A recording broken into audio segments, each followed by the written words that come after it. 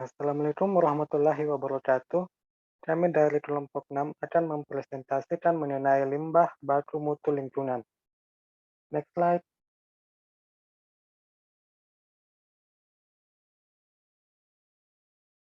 Kami dari kelompok 6 terdiri dari Muhammad Herul Hendra, Nur Widiani, Akram Surya Nugraha, Esa Nugra, Nurul Maharani, Jali Rahmadani, Rahmat Wijaya, Muhammad Zulkarnain, Herul Anam, Muhammad Yasir, dan Wahyu. Next slide. Slide pertama akan dibacakan oleh Nur Widiani. Baik. Pengertian baku mutu lingkungan terbagi menjadi 3. Yang pertama, secara umum, baku mutu lingkungan adalah batas kadar yang diperkenankan bagi zat atau bahan pencemar yang terdapat di lingkungan dengan tidak menimbulkan gangguan terhadap makhluk hidup, tumbuhan, atau benda lainnya. Yang kedua, secara pokok, baku mutu adalah peraturan pemerintah yang harus dilaksanakan yang berisi spesifikasi dari jumlah bahan pencemar yang boleh dibuang atau jumlah kandungan yang boleh berada dalam media ambien. Yang ketiga, secara objektif, baku mutu merupakan sasaran ke arah mana suatu pengolahan data ilmiah yang akan digunakan untuk menentukan apakah suatu kualitas air atau udara yang dapat digunakan sesuai objektif penggunaan tertentu. Oke, next slide selanjutnya akan dibacakan oleh Muhammad Herul Hendra. Kepada saudara kami persilakan. Ya, terima kasih Pak Hairul Anam. Ya, baiklah, pencemaran lingkungan. Pada dasarnya pencemaran lingkungan itu terbagi menjadi 3. Yang pertama adalah pencemaran air, yang kedua pencemaran tanah, dan yang ketiga adalah pencemaran udara. Baik, next slide akan dibacakan oleh Akram Surya Nugraha. Saya persilahkan. Baik, terima kasih. Lingkungan sendiri memiliki nilai ambang batas, itu daya toleransi, daya tenggang, dan daya dukung atas kondisi lingkungan yang dinamakan kemampuan lingkungan. Sehingga apabila kondisi lingkungan atau pencemaran lingkungan melebihi kemampuan lingkungan yang telah ditetapkan dalam baku mutu, maka dapat dikatakan bahwa lingkungan tersebut telah tercemar. Next slide akan dibacakan oleh Nurul Maharani. Pada Nurul Maharani kami persilahkan. Dasar baku mutu lingkungan. Undang-Undang Nomor 4 Tahun 1982 Pasal 15 yang berbunyi sebagai berikut. Perlindungan lingkungan hidup dilakukan berdasarkan baku mutu lingkungan yang diatur dengan peraturan perundang-undangan. Agar dapat ditentukan telah terjadi kerusakan lingkungan hidup, perlu ditetapkan baku mutu lingkungan, baik penetapan kriteria, kualitas lingkungan hidup maupun kualitas buangan atau limbah. Kriteria dan pembakuan ini dapat berbeda untuk setiap lingkungan, wilayah, atau waktu mengingat akan perbedaan tata gunanya. Perubahan keadaan lingkungan setempat serta perkembangan teknologi akan mempengaruhi kriteria dan pembakuan yang telah ditetapkan. Apabila pada suatu saat ada industri yang membuang limbahnya ke lingkungan dan telah memenuhi baku mutu lingkungan, tetapi kualitas lingkungan tersebut mengganggu kehidupan manusia, maka yang dipersalahkan bukan industrinya. Apabila hal tersebut terjadi, maka baku mutu lingkungannya yang perlu dilihat kembali. Oke, next slide akan dibacakan oleh Jali Rahmadani. Saya persilahkan.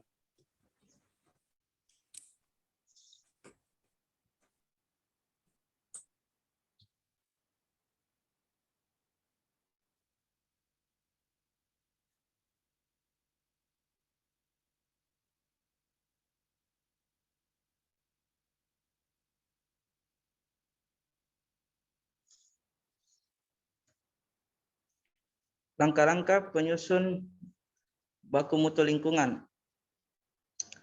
Yang pertama itu identifikasi. Identifikasi dari penggunaan sumber daya atau media ambien yang harus dilindungi, objektif sumber daya tersebut tercapai. Yang kedua itu merumuskan formulasi dari kriteria dengan menggunakan kesimpulan pengolahan dari berbagai informasi ilmiah. Yang ketiga itu merumuskan baku mutu ambien. Merumuskan baku mutu ambien dari hasil penyusunan kriteria. Yang berikutnya itu merumuskan baku mutu limbah. Merumuskan baku mutu limbah yang boleh dilepas ke dalam lingkungan yang akan menghasilkan keadaan kualitas baku mutu ambien yang telah ditetapkan. Yang berikutnya itu membentuk program pemantauan dan penyempurnaan untuk menilai apakah objektif yang telah ditetapkan tercapai. Oke, next slide. Terdapat dua sistem baku mutu yang digunakan dalam menentukan apakah telah terjadi pencemaran dari kegiatan industri atau pabrik, yaitu effluent standar dan stream standar. Effluent standar merupakan kadar maksimum limbah yang diperbolehkan untuk dibuang ke lingkungan, sedangkan stream standar merupakan batas kadar untuk sumber daya tertentu. Next slide akan dibacakan oleh Rahmat Wijaya Heri.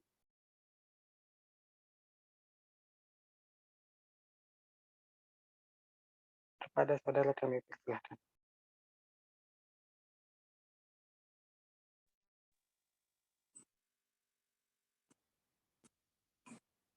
Baku mutu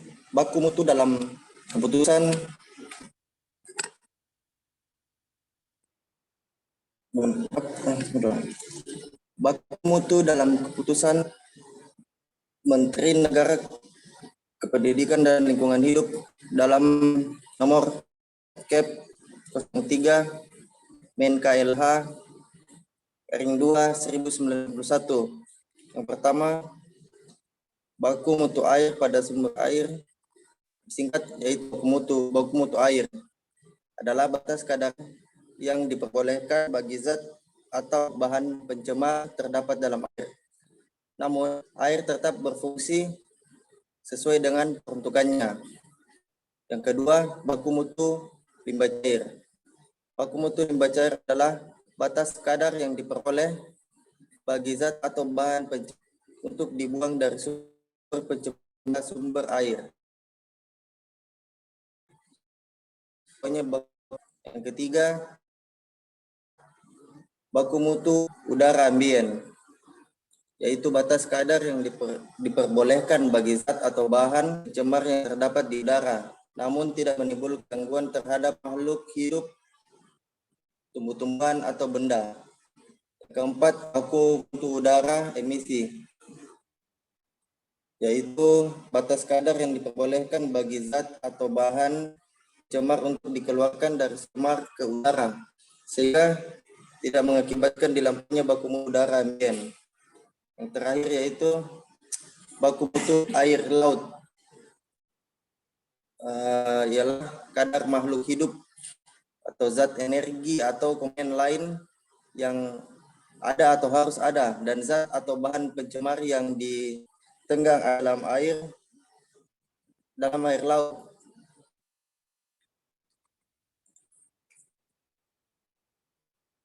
Baik, next slide.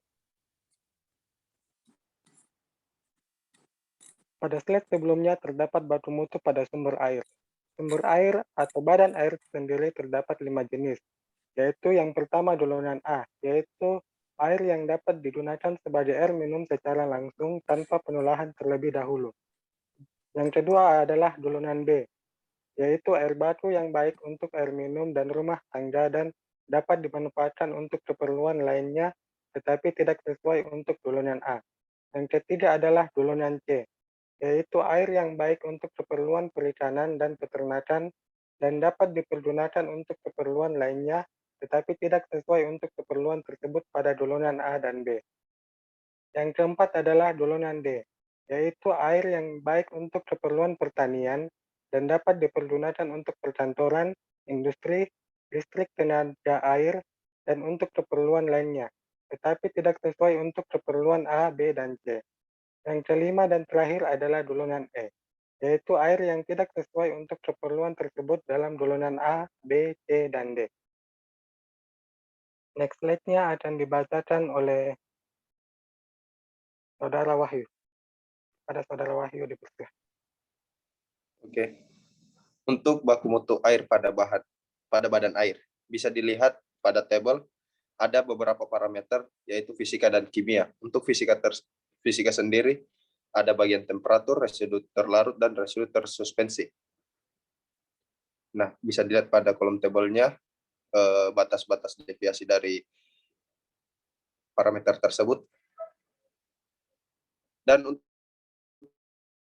untuk kimia ada pH, BOD, COD, DO, total fosfat, NO3, NH3, arsen, dan kobalt.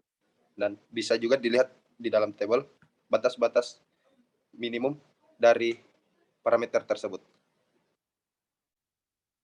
Oke, next slide akan dibacakan oleh Saudara Sulkarnain. Pada Saudara Sulkarnain, saya persilahkan.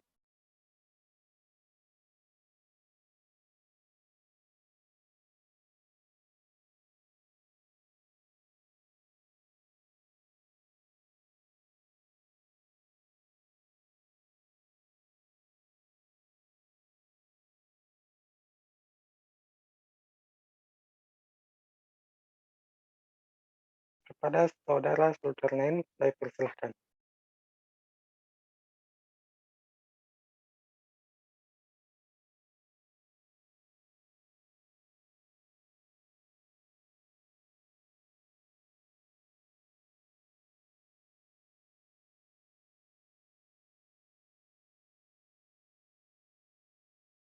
Kepada Saudara Sulkarnain, Ya, kemudian itu baku mutu udara ambien. Terdapat beberapa parameter. Parameter yang pertama itu ada sulfur dioksida, kemudian nitrogen dioksida, yang keempat itu oksida, yang kelima itu hidrokarbon, kemudian yang keenam itu partikel di bawah 10 milimikron, kemudian yang ketujuh itu TSP atau debu, kemudian yang kedelapan itu ada timah hitam, yang kesembilan itu ada debu jatuh, kemudian yang ke-10 itu ada total fluoride ASF, kemudian yang ke-11 ada fluor index, kemudian yang ke-12 itu ada chlorine dioxide, kemudian yang ke-13 itu ada sulfat index.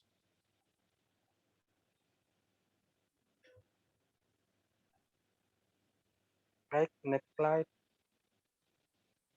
Yang saya kembalikan. Untuk baku mutu limbah air pada industri farmasi, parameternya ada BOD, COD, TSS, total nitrogen, fenol, dan pH. Untuk BOD, pada proses pembuatan bahan formula, yaitu 100 mg per liter, dan pada formulasi pencampuran yaitu 75 mg per liter. Untuk parameter selanjutnya dapat dilihat pada tabel. Pada baku mutu air limbah industri pupuk, parameternya ada COD, SS, minyak dan lemak, NH3N, PKN, pH, debit limbah paling tinggi. Pada salah satu contoh parameter COD, pada pupuk urea, beban pencemaran paling tinggi yaitu 3 kg per ton. Pada pupuk nitrogen, sama, 3 kg per ton, dan pada pupuk amonia, beban pencemaran paling tinggi yaitu 0,3 kg per ton. Untuk parameter selanjutnya dapat dilihat pada tabel yang ada di slide. Next slide. Baik, itulah tadi presentasi dari kelompok kami, kelompok 6. Apabila ada yang kurang jelas, kami persilahkan kepada kelompok lain untuk bertanya. Sekian, wassalamualaikum warahmatullahi wabarakatuh. Waalaikumsalam.